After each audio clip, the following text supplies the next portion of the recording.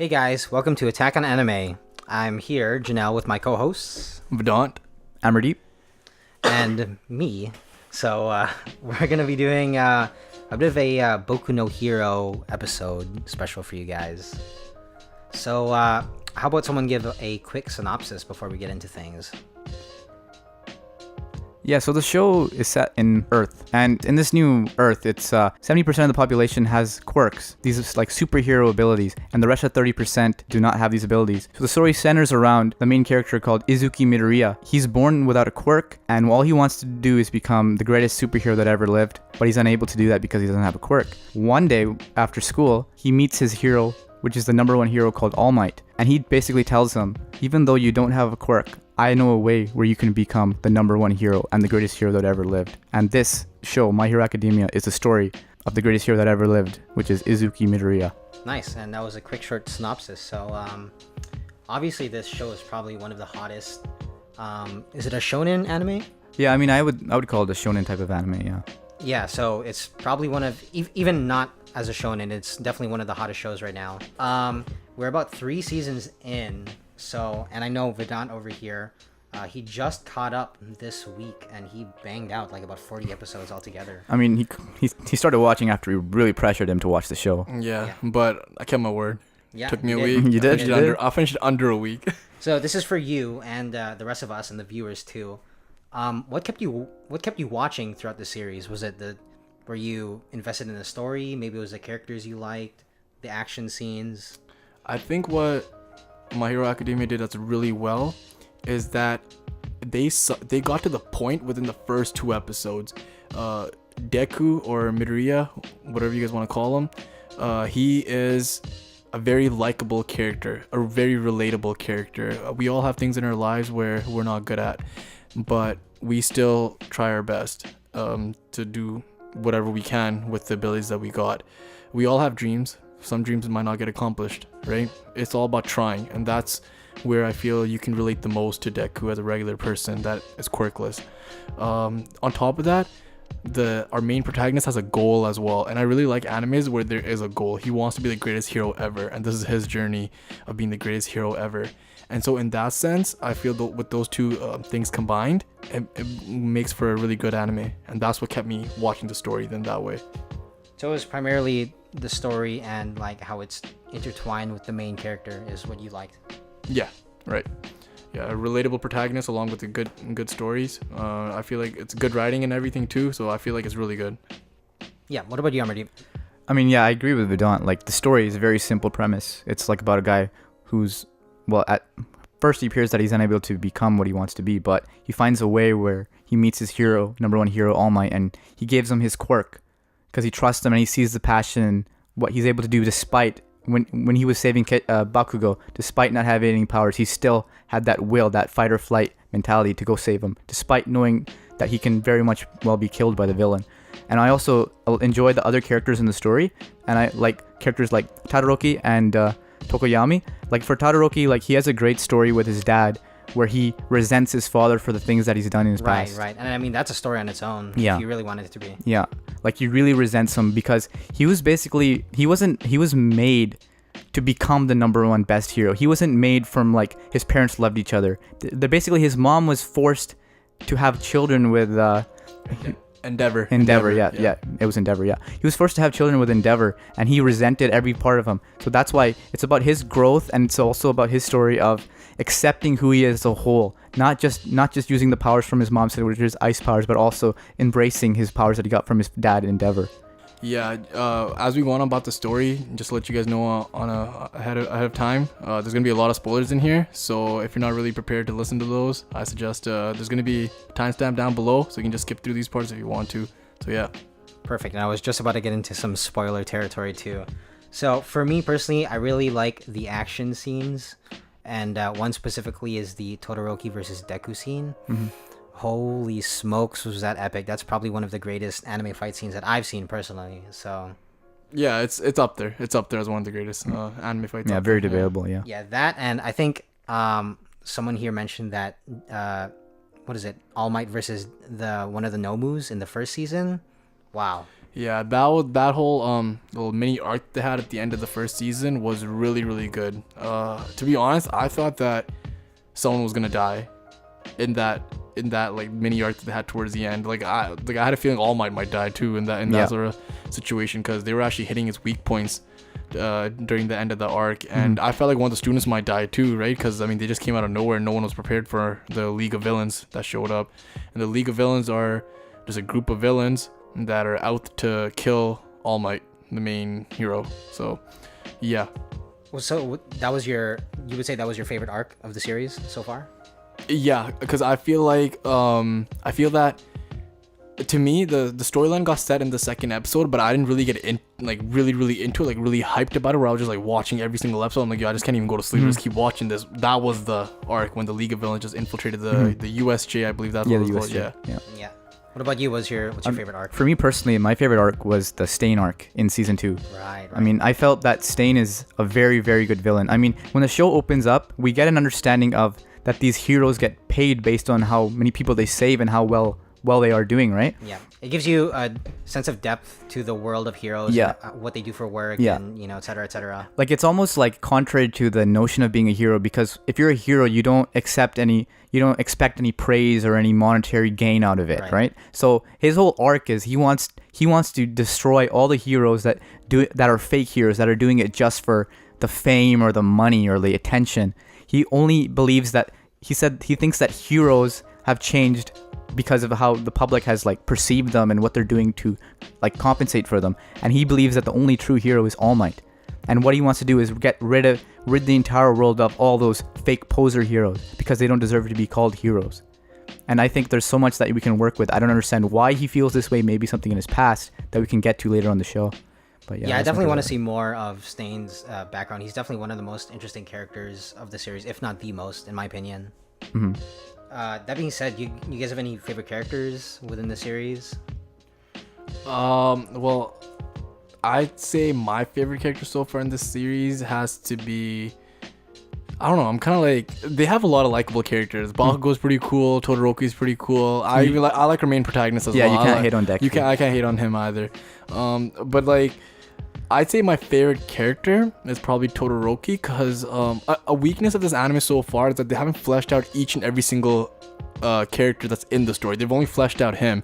So in that sense, I feel that since he has a really good backstory and he has like something that I feel like his reasonings for being a hero is very noble, and he just wants to be with his mom. You know, he doesn't want to follow his father's footsteps because he doesn't like him. I feel like in that sense, I feel like that is my favorite character. But I feel like the character with my favorite quirk has to be Tokuyomi, the shadow quirk. I love that quirk. Dark Shadow, I love it. yeah. Dark Shadow. Yeah, I love that quirk. I feel like it's one of the more unique ones, and it's on top of that, it's like offensively really good and defensively really good as well. And just like that thing's like Dark Shadow's like a character in itself as well, right? Because he's got a mind of its own. So I like his quirk the most. Yeah, you get a 2-for-1 character there. Yeah. Yeah. That's true. Any particular favorite characters for you? I'd probably I'd lean towards Todoroki and Deku and Todoroki. Deku. What do you guys think of Ida? Because it seems like he has the biggest sense of justice throughout the cast. I mean, I feel like he's like too noble, like too goody two shoes, which is why I liked his arc in season 2 where he just wants revenge and vengeance for his brother. That was a very refreshing arc to see from him. Yeah. I feel like that was actually needed for him, because that developed his character a lot more to what we have now that we're seeing, because all those instances is what got him now to this point. And now he's kind of debating on like what's right, what's wrong, you know?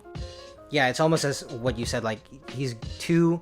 Without that arc, he definitely would have kept the too goody two shoes of an image that he had throughout this whole time. Yeah, it would have been a very dull character, I'd say, if we didn't have that character development.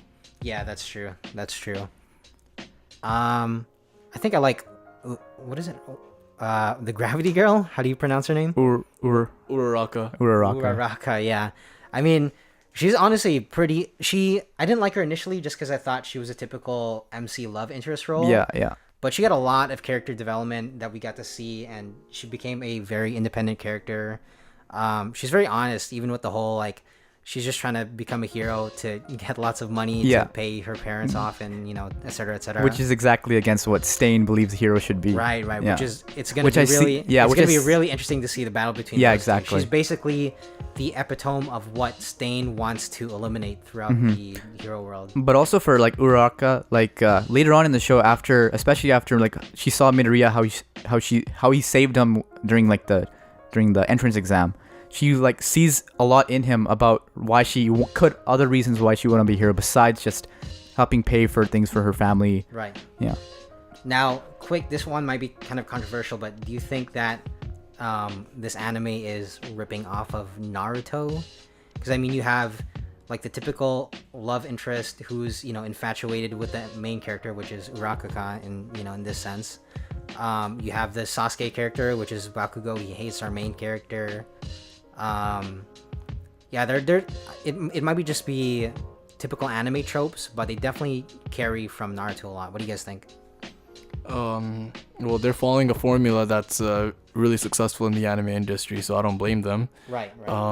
They have the main protagonist. The rival is supposedly does not like the protagonist that much, and I feel that since they're following that formula, I feel like this anime is gonna do well. But the thing that this anime is doing very well compared to what Naruto did was that, like Naruto, it was just way too long with too many fillers and whatnot, and this one is like following strictly the manga. Even if there is a filler episode in between, it's only one. It's not like a whole like filler arc that Naruto usually used to have, and I feel like that was what keeps the interest going because they're doing the little seasonal anime instead of the regular long-running weekly anime.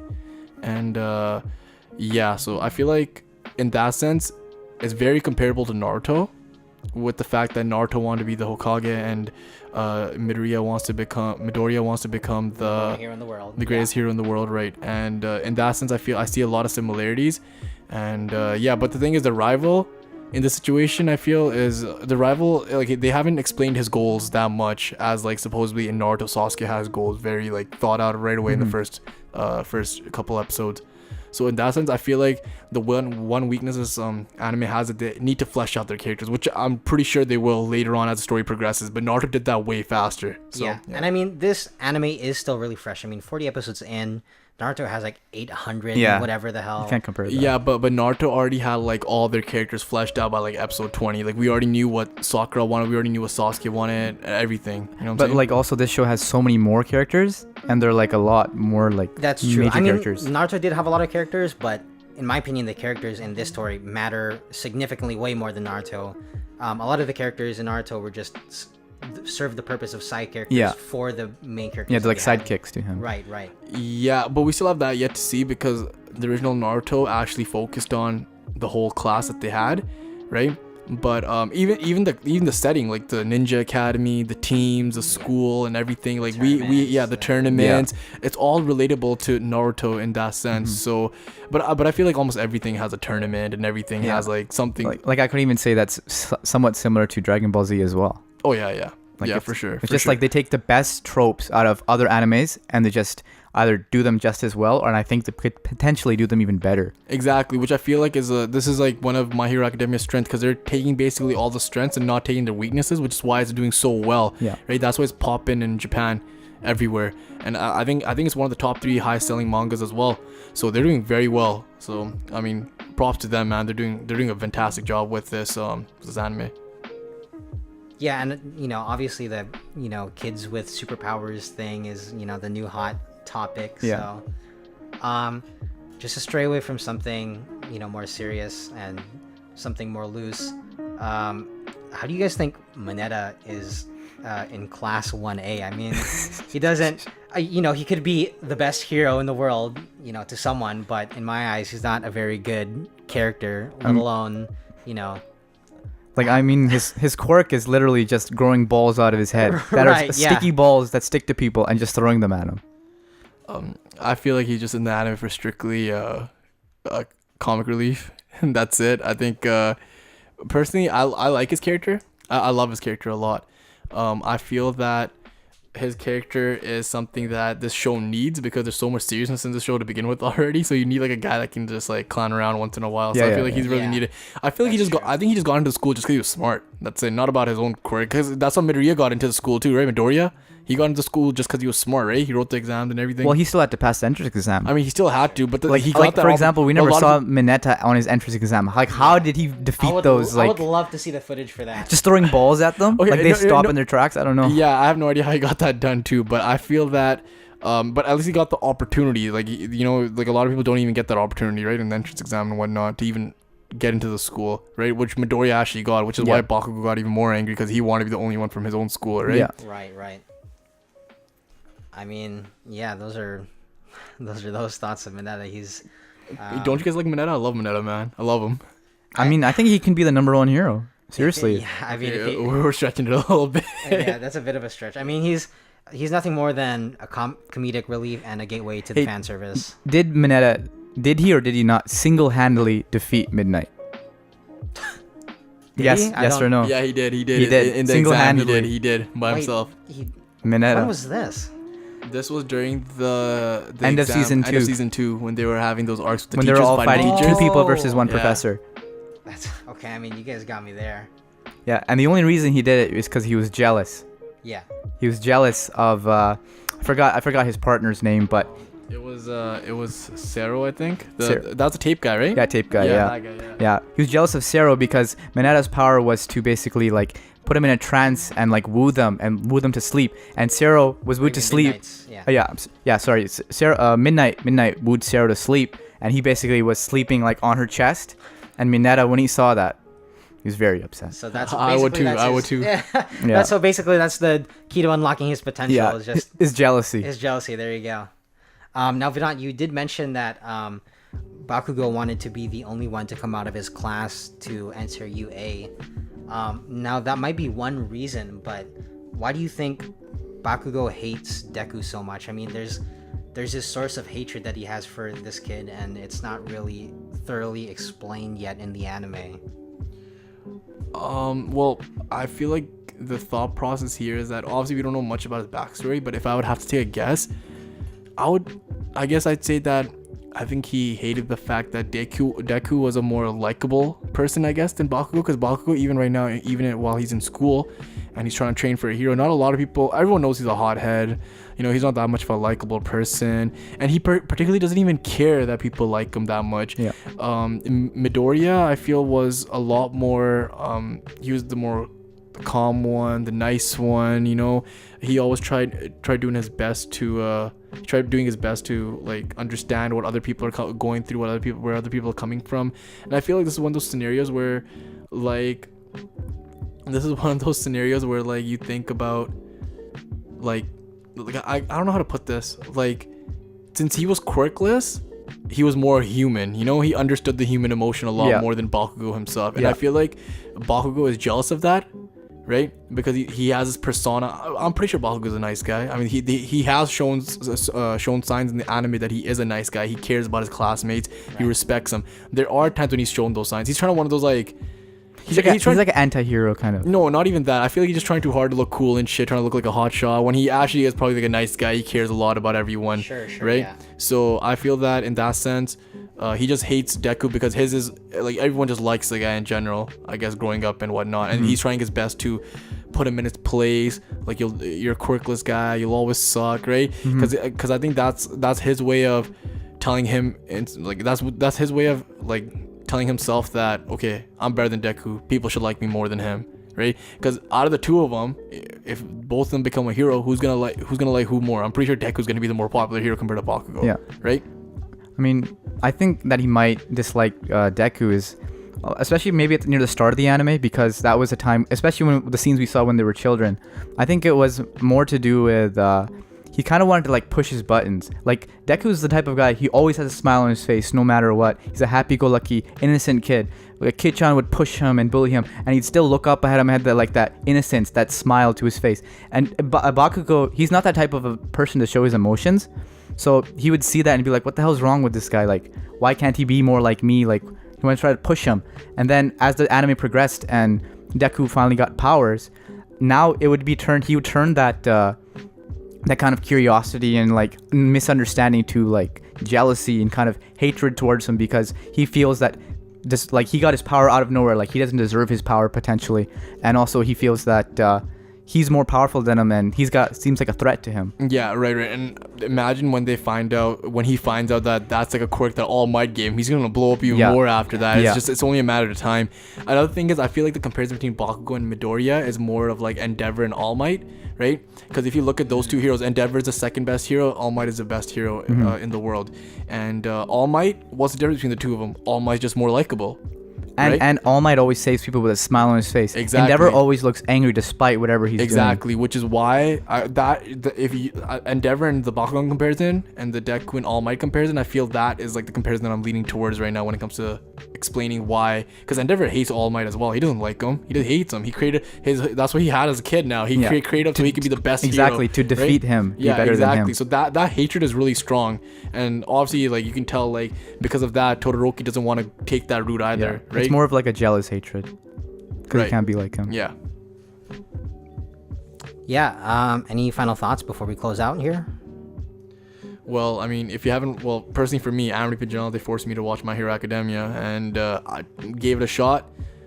And next thing you know, I'm done the anime in 3 days. Basically, I caught up in 3-4 days. So that says something. And I feel like this anime is a great watch. You definitely have to see this, and try your best to, like, I'm pretty sure like once you guys start, you guys won't be able to stop. So great anime. Watch it if you guys get the time. I just want to put a wild thought out there. Maybe this is gonna happen in 3 or 4 seasons, but I feel that All Might is gonna die with the guy with the quirk that has All for One, and Midoriya is gonna watch it happen, and he can't do a single thing about it. So you think Izuku is gonna watch our big hero All Might die? Yeah. That's heavy. I personally think it's already been he's dying for sure.